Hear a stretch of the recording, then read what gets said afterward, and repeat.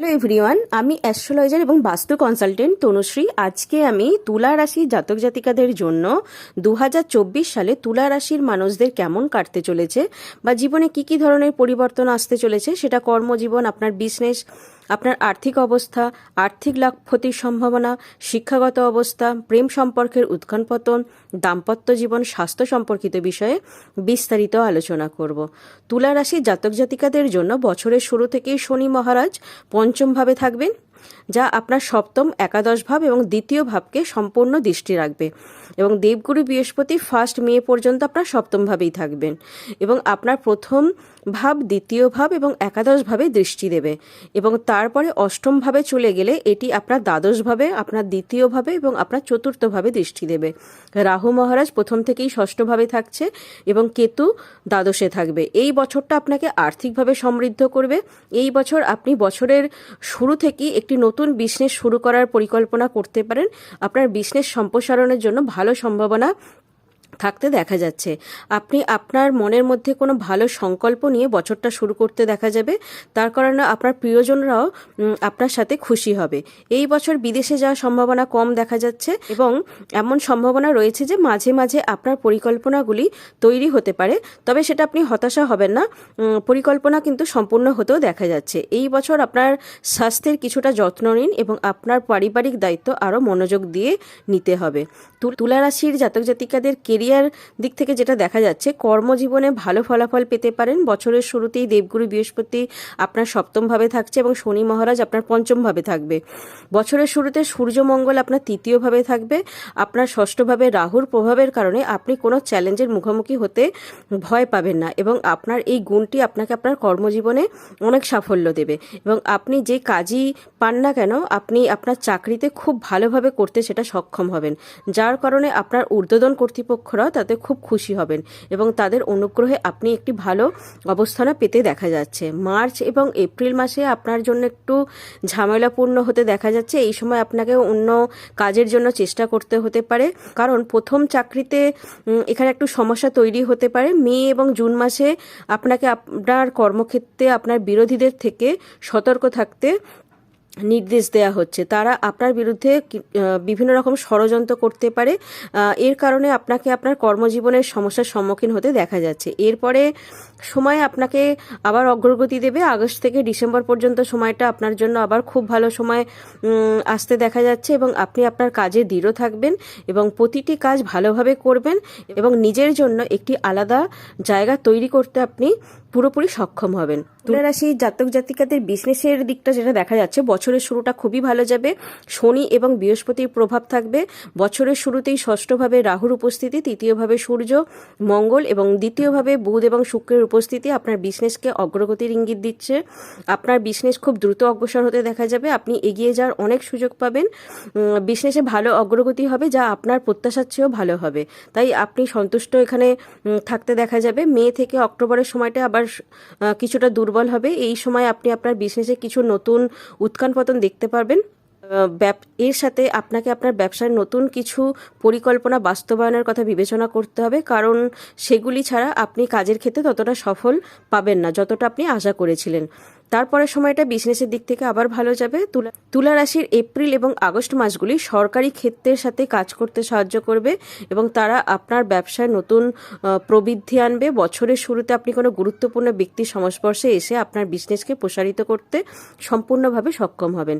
তুলা রাশি জাতক জাতিকাদের আর্থিক ফল অনুসারে যেটা দেখা যাচ্ছে, এবছর খুবই ভালো যাবে। শনি সারা বছরই একাদশভাবে অবস্থান করবে, যার কারণে আর্থিক অবস্থাকে অনেক মজবুত করবে। শুধু তাই নয়, আপনার দ্বিতীয়ভাবেও শনিদেবের পূর্ণ দৃষ্টি থাকবে, যার ফলে অর্থনৈতিক উন্নতির সম্ভাবনা প্রবল থাকবে। আপনি আর্থিকভাবে খুবই মজবুত হবেন। বছরের শুরুটা খুবই ভালো যাবে। শুক্র এবং বুধ দ্বিতীয়ভাবে থাকবে, যা আপনাকে আর্থিকভাবে ভালো কিছু প্রমাণিত করতে দেখা যাবে।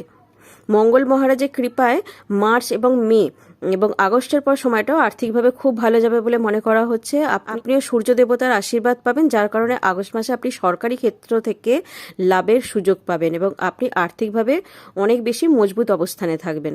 তুলা রাশি জাতক জাতিকাদের প্রেমের দিকটা যেটা দেখা যাচ্ছে, বছরের শুরুতে আপনার প্রেম সম্পর্ক ভালো অবস্থায় থাকবে। দ্বিতীয়ভাবে শুক্র এবং বুধ আপনাকে মিষ্টি বক্তা করে তুলবে, যার কারণে আপনি আপনার প্রিয়জনের মন জয় করতে খুবই সফল হবেন। মিষ্টি কথা দিয়ে তার হৃদয়ে জায়গা করে নিতে দেখা যাবে। শনি মহারাজ সারা বছর আপনার পঞ্চম ভাবে থাকবেন, সেখান থেকে আপনার সপ্তম ভাব, একাদশ ভাব এবং দ্বিতীয় ভাবের দিকে দৃষ্টি দেবে। ফলস্বরূপ এই বছর আপনার প্রেম বিবাহের প্রবল সম্ভাবনা থাকবে। শনি মহারাজ এখানে অবস্থান করবে এবং আপনাকে আপনার সম্পর্কের ব্যাপারে সচেতন করাবে। আপনি যদি সত্যি একটি ভালো সম্পর্ক রাখতে চান তবে আপনি সেটা চেষ্টা করতে থাকবেন এবং এতে সাফল্য পেতেও দেখা যাবে। আর এপ্রিল, আগস্ট এবং সেপ্টেম্বর মাসের মধ্যে আপনাকে আপনার প্রেম জীবনে কিছু সমস্যার সম্মুখীন হতে দেখা যাচ্ছে, কারণ এই সময় আপনার মধ্যে সম্প্রীতির অবনতি ঘটতে পারে। তবে বাকি সময় আপনার প্রেম জীবনকে ভালো করে তুলতে দেখা যাচ্ছে এবং আপনারা ভালোই থাকবেন, একে অপরের সাথে ভালো সময় কাটাবেন। মার্চ মাসটা খুবই রোমান্টিকপূর্ণ হতে দেখা যাচ্ছে। এরপরে জুলাই থেকে অক্টোবর পর্যন্ত আপনার সম্পর্কের মধ্যে আরও রোমান্স বাড়বে। এর প্রভাব হবে বছরের শেষ মাসগুলিতেও এবং আপনার প্রেম বিবাহ হয়ে যাওয়ার সম্পূর্ণ সম্ভাবনা এখানে দেখা যাচ্ছে। তুলা রাশি জাতক জাতিকাদের বিবাহ এবং দাম্পত্য জীবনের সম্পর্কে যেটা দেখা যাচ্ছে, বৃহস্পতি আপনার সপ্তমভাবে উপস্থিত থাকবে এবং আপনাকে সঠিক দিক নির্দেশনা দেবে। আপনার মন অনেক শান্ত থাকবে। আপনি পারিবারিক দায়িত্ব ভালোভাবে পালন করতে দেখা যাবে। আপনার জীবনসাথীর প্রতি আপনার ভালোবাসা এখানে সম্পূর্ণ থাকতে দেখা যাবে। অন্যদিকে আপনার জীবনসাথীর মনেও ভালো জ্ঞান এবং ধর্ম থাকবে। তিনি তার দায়িত্ব বুঝতে পারবেন, আপনার সাথে কাঁধে কাঁধ মিলিয়েও চলতে দেখা যাবে। আপনাদের উভয়ের মধ্যেই খুব ভালো সামঞ্জস্য বজায় থাকতে দেখা যাচ্ছে। বছরের প্রথমার্ধটা খুবই ভালো কাটবে।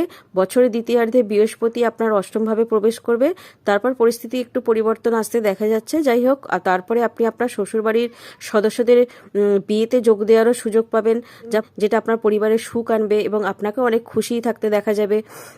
ঘনিষ্ঠতা অনেক বজায় থাকবে। 12ই জুলাই থেকে 26শে আগস্ট এবং তারপর 20 অক্টোবর থেকে বছরের শেষ পর্যন্ত সময়টি বিবাহিত জীবনের দৃষ্টিকোণ থেকে একটু এখানে অনুকূল হবে না। এই সময় আপনার মধ্যে একটা মনোমালিন্য বা ঝগড়া হওয়ার সম্ভাবনা দেখা যাচ্ছে আপনার পার্টনারের সঙ্গে, তাই একটু এখানে সতর্ক থাকতে হবে। আর আপনি যদি অবিবাহিত হন তবে এই বছরে আপনার বিয়ে হওয়ার প্রবল সম্ভাবনা তৈরি হয়েছে। বিশেষ করে বছরের প্রথমার্ধে এটি হওয়ার সম্ভাবনা প্রবলভাবে দেখা যাচ্ছে।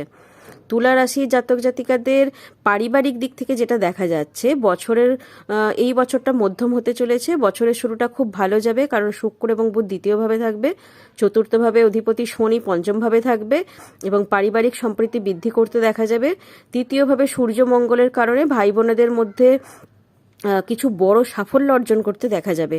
তবে ফেব্রুয়ারি এবং মার্চ মাসে মঙ্গল সূর্যের গোচর আপনার চতুর্থভাবে প্রভাব ফেলবে, যা পারিবারিক জীবনে একটু উত্তেজনা বা দ্বন্দ্ব বাড়াতে পারে। তাই আপনাকে এই সময় কিন্তু রেগে যেতে বা ঝগড়াঝাটি অশান্তিতে জড়িয়ে পড়তে দেখা যাচ্ছে।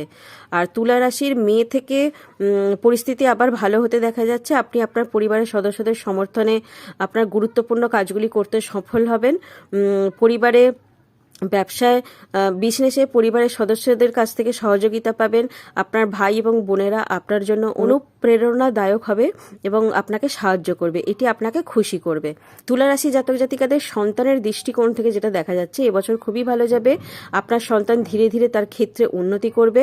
তারা যদি ছাত্র হয় তাহলে তারা পড়াশোনায় মনোনিবেশ করতে দেখা যাবে এবং তাদের একাগ্রতা তাদের লেখাপড়ায় ভালো ফল দেবে। এমনকি তারা কোথাও কাজ করলে বা কোনো বিজনেস করলেও এই বছর তাদের ভালো সাফল্য পেতে দেখা যাচ্ছে এবং আপনি আপনার সন্তানদের অগ্রগতি দেখেও খুশি হবেন।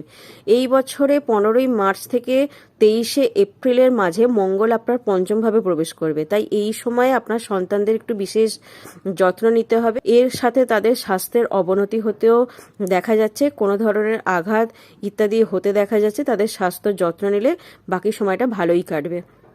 তুলা রাশি জাতক জাতিকাদের শিক্ষাক্ষেত্রে যেটা দেখা যাচ্ছে, এই বছরের শিক্ষার্থীদের জন্য একটু কঠিন বা চ্যালেঞ্জপূর্ণ হতে চলেছে। শনিদেব আপনার পঞ্চমভাবে অবস্থান করবে, তিনি আপনার চতুর্থ ভাবের অধিপতি, তাই আপনার পড়াশোনার কে প্রসারিত করার আপনি সুযোগ অনেক বেশি পাবেন। শনিদেবের কৃপায় আপনি একাগ্রতা বাড়িয়ে পড়াশোনাতে আরও বেশি মনোযোগ দিতে দেখা যাবে। মার্চ থেকে মে এবং আগস্ট এবং অক্টোবর মাসগুলি আপনার জন্য একটি চ্যালেঞ্জিং হবে। এই সময় আপনাকে দৃঢ় সংকল্পের সাথে আপনার পড়াশোনায় মনোনিবেশ করতে হবে, অন্যথায় সমস্যা দেখা দিতে পারে। আর আপনি যদি কোনো রকম প্রতিযোগিতামূলক পরীক্ষার জন্য প্রস্তুতি নিচ্ছেন, তবে এই বছরটা আপনার জন্য রাহু মহারাজের আশীর্বাদ আপনি পাবেন। আপনার দুর্দান্ত সাফল্য পাওয়ার সম্ভাবনা তৈরি হয়েছে। উচ্চশিক্ষা গ্রহণকারীদের জন্য এই বছরটা মোটামুটি হতে চলেছে। আপনাকে আপনার ক্ষমতার উন্নতির দিকে মনোনিবেশ করতে হবে এবং যাতে আপনি পছন্দসই ফলাফল পেতে পারেন বা পছন্দসই বিষয়গুলোতে আপনি অধ্যয়ন করার সুযোগ পান। বিদেশে যাওয়ার জন্য ইচ্ছুক যে সমস্ত বিদ্যার্থীরা আছেন, তাদের স্বপ্ন এখানে পূরণ হতে দেখা যাচ্ছে। এই বছরটি আপনার বিদেশে গিয়ে পড়াশোনা করার সফলতা বই নিয়ে আসতে দেখা যাচ্ছে।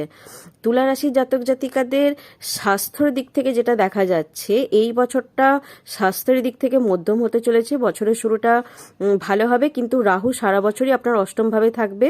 আপনাকে নিজের প্রতি আপনার দায়িত্বজ্ঞানহীন আচরণ পরিবর্তন করতে হবে। আপনি যদি ভারসাম্যহীন কোনো জীবনযাপন করেন, তাহলে কিন্তু আপনার এই বছর হঠাৎ রোগের কিন্তু শিকার হতে দেখা যাচ্ছে। যদিও রোগ আসবে আবার যাবে এবং আপনাকে কিন্তু বারবার বিরক্ত করবে। আপনাকে রক্ত সম্পর্কিত কোনো সমস্যার সম্মুখীন হতে দেখা যাচ্ছে, সেটা হাই ব্লাড প্রেশার হতে পারে বা চোখের কোনো সমস্যা হতে পারে, আপনার পেটের কোনো ব্যথা বা হজমের কোনো সমস্যা, স্নায়ুর নার্ভের কোনো সমস্যা, এই সমস্ত সমস্যাগুলো কিন্তু আপনার আসতে পারে। তো সেই দিক থেকে আপনাকে অবশ্যই সতর্ক থাকতে হবে। বছরের দ্বিতীয়ার্ধে বৃহস্পতি আপনার অষ্টমভাবে চলে যাবে এবং কেতু থাকবে আপনার দ্বাদশভাবে, রাহু ষষ্ঠভাবেই থাকবে এবং শনিও থাকবে আপনার পঞ্চমভাবে। তো এই সময়কালে আপনার পেট সংক্রান্ত কোনো সমস্যার সম্মুখীন হতে পারেন। তো এই সময় আপনাকে খুবই সতর্ক থাকার নির্দেশ দেওয়া হচ্ছে। আর জ্যোতিষী উপায় যেটা করতে হবে, শুক্রবার দিন করে আপনারা শ্রী লক্ষ্মীর আরাধনা করার জন্য শ্রী সূক্ত বা কনকধারা স্তোত্র আপনারা পাঠ করতে পারেন, বা প্রতিদিন আপনারা মা লক্ষ্মীর মন্ত্র ওং শ্রীম মহালক্ষ্মী নাম 108 বার করে জপ করতে পারেন। এতে ব্যক্তির অর্থ সংক্রান্ত সমস্যা দূর হয়, সেই সঙ্গে আর্থিক অবস্থা খুবই মজবুত হয়। এছাড়া প্রতি শুক্রবার করে আপনারা দেবী লক্ষ্মীকে সাদা ফুলের মালা দিয়ে পুজো করতে পারেন, এতেও মা লক্ষ্মী খুবই সুপ্রসন্ন হয়ে থাকেন।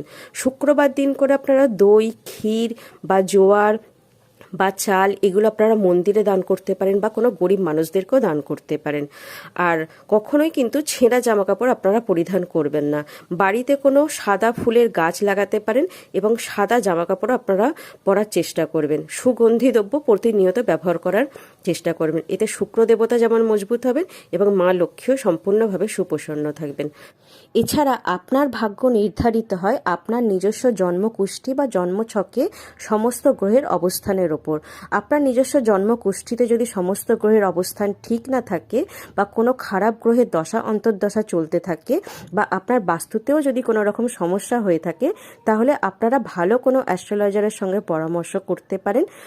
তো ভিডিওটি আজকে আমি এখানেই শেষ করলাম। ভিডিওটি ভালো লাগলে অবশ্যই ভিডিওটিকে লাইক করবেন, চ্যানেলটিকে সাবস্ক্রাইব করবেন, পাশে থাকা বেল আইকনকে অল প্রেস করে রাখবেন, যাতে আমি নতুন ভিডিও আপলোড করার সঙ্গে সঙ্গেই আপনাদের কাছে নোটিফিকেশন চলে যায়।